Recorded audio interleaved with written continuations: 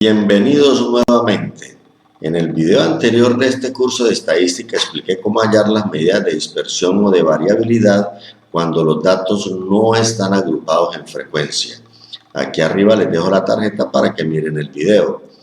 Continuando con el desarrollo de este curso, en este video explico cómo hallar las medidas de dispersión o de variabilidad cuando los datos están agrupados en frecuencia en el marco de la estadística descriptiva. Soy el docente Manuel Quiroga. Iniciemos. En este video se continúa con el tema de las medidas de dispersión o de variabilidad. Recuerdo que las medidas de dispersión miden cómo de separados están los datos, cómo de dispersos están los datos con respecto a la media aritmética. También recuerdo que en este curso de estadística, el estudio de las medidas de dispersión lo he dividido en dos partes. Uno cuando los datos no están agrupados en frecuencia y el otro cuando los datos están agrupados en frecuencia. En este video únicamente trataré el caso cuando los datos están agrupados en frecuencia. Se tiene presente que este curso es de estadística descriptiva y que por lo tanto se trabaja con poblaciones.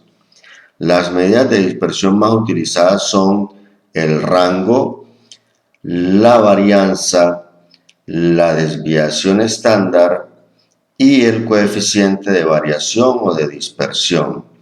Estas fórmulas se comprenderán mejor al aplicarlas en la solución del siguiente problema. En la siguiente tabla se dan las edades de 50 niños. Se pide que se halle la varianza de las edades de los 50 niños, la desviación típica y el coeficiente de variación.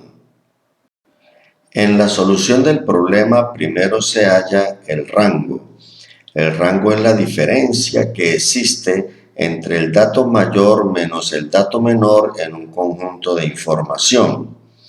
Para nuestro problema de ejemplo, el rango es 6 años. El rango permite conocer cuán grande es la dispersión de los datos cuantitativos de una población.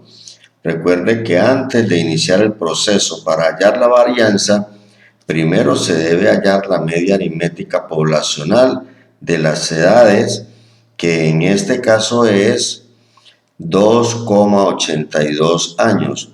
Como se puede observar, la variable que se utiliza en este problema es edades, y esta es una variable cuantitativa discreta. Ahora estamos listos para hallar la varianza. En la siguiente tabla se desarrolla la mayor parte de esta fórmula paso por paso.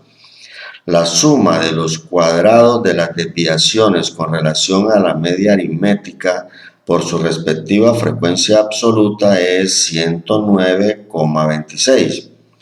La varianza es la suma de los cuadrados de las desviaciones con relación a la media aritmética por su respectiva frecuencia absoluta dividida entre el tamaño de la población.